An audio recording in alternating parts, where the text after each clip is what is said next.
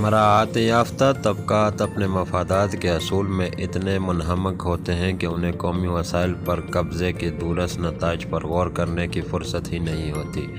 وہ معاشرے کے محروم لوگوں کو خاطر میں نہیں لاتے اور نہ ہی انہیں مجموعی قومی وسائل میں کمی کا احساس ہوتا ہے۔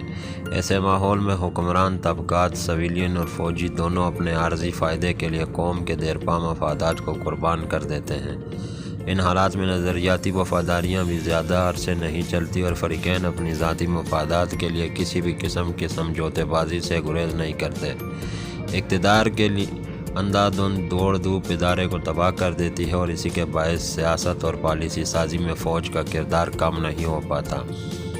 یہ بات پیش نظر رکھنی چاہیے کہ فوج کا کاروباری سرگرمیوں میں حریصانہ رویہ ریاست اور سماج میں تصادم اور ٹکراؤ کی کیفیت پیدا کرتا ہے۔ ایک طرف تو سماجی و معاشی عدم تحفظ پھیلتا ہے اور دوسری طرف ریاست کو چلانے والی قوتوں میں تناؤ پیدا ہوتا ہے۔ ریاست کے حکمران گروہ اور سماج کے محروم طبقات میں تحفظ، نوآبادیاتی نظام سے آزاد ہونے والی اور تعمیر نو شدہ ریاستوں میں اس کے اثرات بڑے تباہ کن ہوتا ہے۔ جیسا کہ ولی نصر نے لکھا ہے کہ یہاں ریاست اور سماج کے تعلقات سیال اور ناپختہ ہوتے ہیں۔ ایسے ماحول میں سیاسی طور پر طاقتور قوتیں مثلاً فوج، سیاسی جماعتیں، مذہبی طاقتیں اور بڑے کاروباری ادارے ریاست کو ایسے سانچے میں ڈالنے کی کوشش کرتے ہیں جس سے ان کے ذاتی مفادات مستحکم ہو۔ معاشرے کو ایک خاص سمت میں ہانکنے کی کوشش سے عوام اور خواص مخالف سمتوں میں چل پڑتے ہیں۔ حریصانہ رویے کی نوعیت خواہ کچھ بھی ہو، اس سے مراعات یافتہ گروہ یعنی فوجی سمیت اصل میں ریاست اور سماج کے تعلقات میں بگاڑ کا باعث ہوتے ہیں۔ انڈونیشیا اور ترکی میں ایسی ہی مثالیں ہیں جہاں سیاسی و معاشی حریصانہ رویوں نے ریاست اور سماج کے درمیان بہت فاصلہ پیدا کر دیا ہے۔ چونکہ وسائل کی تقسیم سے مراعات یافتہ طبقے ہی فائدہ اٹھاتے ہیں، اس لیے حکمرانوں اور عوام کے درمیان فاصلے بڑھ جاتے ہیں۔ انڈونیشیا کے علاقے آچے میں ہونے والے تشدد سے متعلق لیزلی میک کلیوچ کی رپورٹ سے واضح ہوتا ہے کہ کس طرح سیاسی و معاشی طور پر حریصانہ رویے کسی طرح افراد کے باہمی بلکہ خانہ جنگی تعلقات تک کو متاثر کرتے ہیں۔ لیزلی کا مقالہ آچے میں فوج کی بداخوری کی دلچسپ تفصیلات فراہم کرتا ہے۔ وہاں مسلح افواج اور پولیس نہ صرف یہ کہ انسانی حقوق کی خلاف ورزیوں میں ملوث ہیں بلکہ تجارتی مقاصد کے لیے زمینوں پر قبضے بھی کرتے ہیں۔ یہ بات واضح طور پر معلوم ہے کہ مسلح افواج کو ان نتائج کی پرواہ نہیں ہوتی، خصوصاً ترقی پذیر ریاستوں میں جہاں فوج کی کاروباری سرگرمیاں گھناؤنی شکل میں پائی جاتی ہیں۔ وہاں مسلح افواج اپنی اندرونی معیشت کو چلانا اپنا فطری حق سمجھتے ہیں۔ چونکہ مسلح افواج ریاست کو تحفظ فراہم کرتی ہیں، اس لیے سماج پر ذمہ داری ڈالی جاتی ہے کہ مسلح افواج کے ارکان کو مراعات دے۔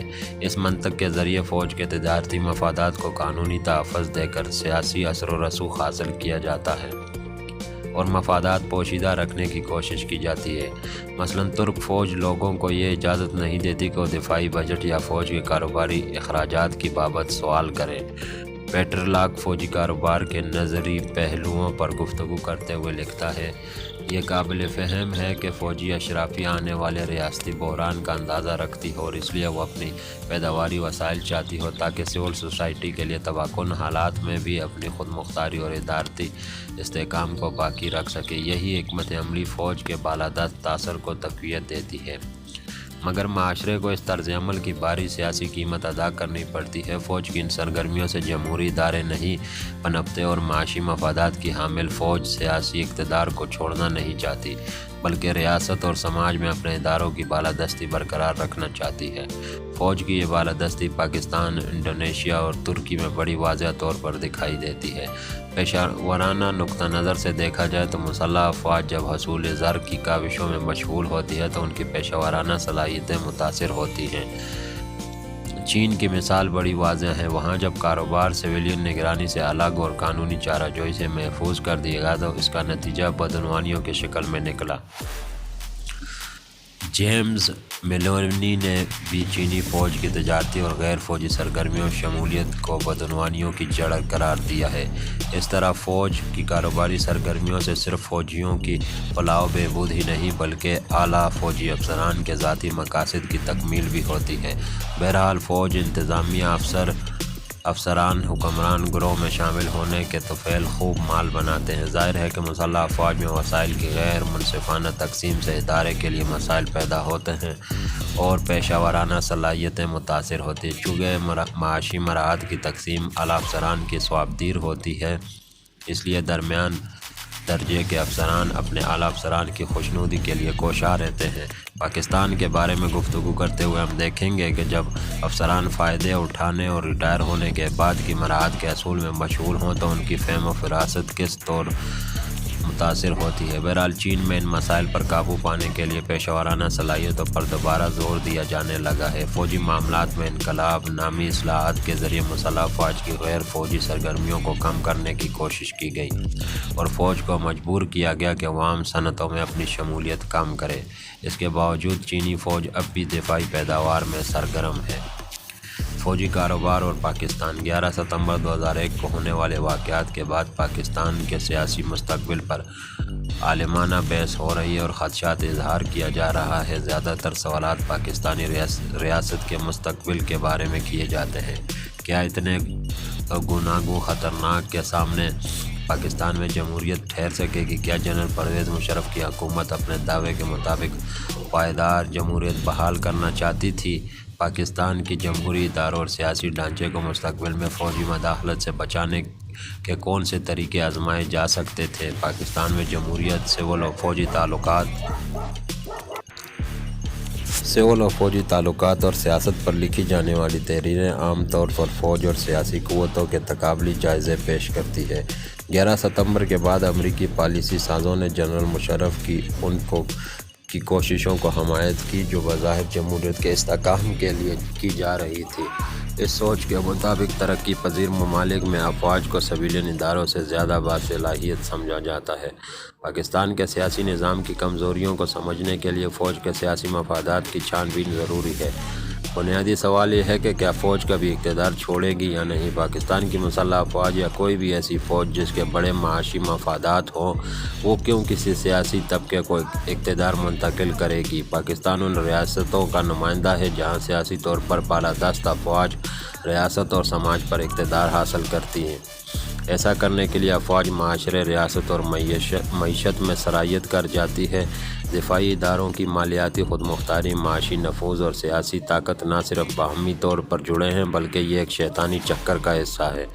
آج پاکستانی فوج کی اندرونی معیشت اتنی پھیلی ہوئی ہے کہ اس نے مسلح افواج کو ایک غالب معاشی فریق بنا دیا ہے۔ فوجی کاروبار کے سب سے نمایاں اور جانے پہچانے ادارے 4 ہیں، یعنی فوجی فاؤنڈیشن، آرمی ویلفیئر ٹرسٹ، شاہین فاؤنڈیشن اور بیریا فاؤنڈیشن۔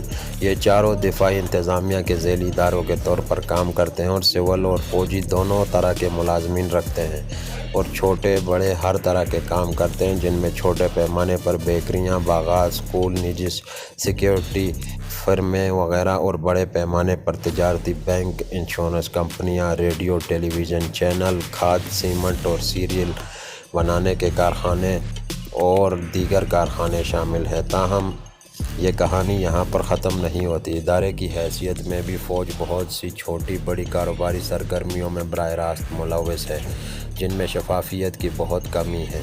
اسی وجہ سے فوج کے اندرونی معیشت کا درست تخمینہ لگانا مشکل ہے۔ ان سرگرمیوں میں ہائی وے یا موٹر وے پر محصول جمع کرنا بھی شامل ہے اور گیس اسٹیشن بھی، شاپنگ مال بھی شامل ہیں اور اس طرح کے دیگر سرگرمیاں بھی۔ اور پھر سبکدوش ہونے والے افسران کے لیے طرح طرح کے مراحات ہیں، جن میں شہری اور دیہی زمین کے علاوہ ملازمت یا کاروبار کے مواقع بھی شامل ہیں۔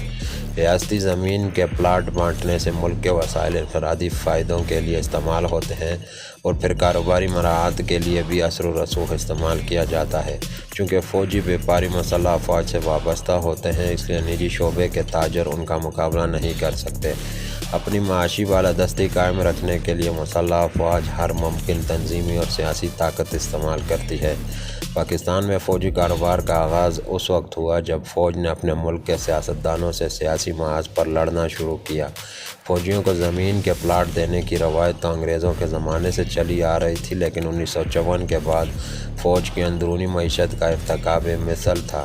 فوج کے جن مقامی افسران نے 1951 کے آس پاس مسلح افواج کی تینوں شاخوں کی قیادت سنبھالی، انہوں نے مالیاتی خود مختاری اور فیصلہ سازی میں اثر و نفوذ بڑھا کر اپنی سیاسی طاقت کو مستحکم کیا۔